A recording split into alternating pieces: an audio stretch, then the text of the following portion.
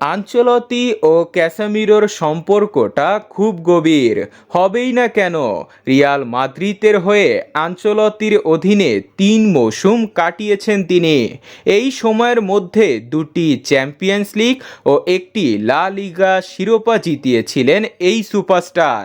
তাই নিজের পুরনো গুরুকে জাতীয় দলের ডাগআউটে দেখে দারুণ খুশি 33 বছর বয়সী এই মিডফিল্ডার। সম্প্রতি ইএসপিএনকে দেওয়া এক সাক্ষাৎকারে ক্যাসেমিরো বলেন, তিতে চলে যাওয়ার পর এটা হওয়াটা স্বাভাবিক ছিল।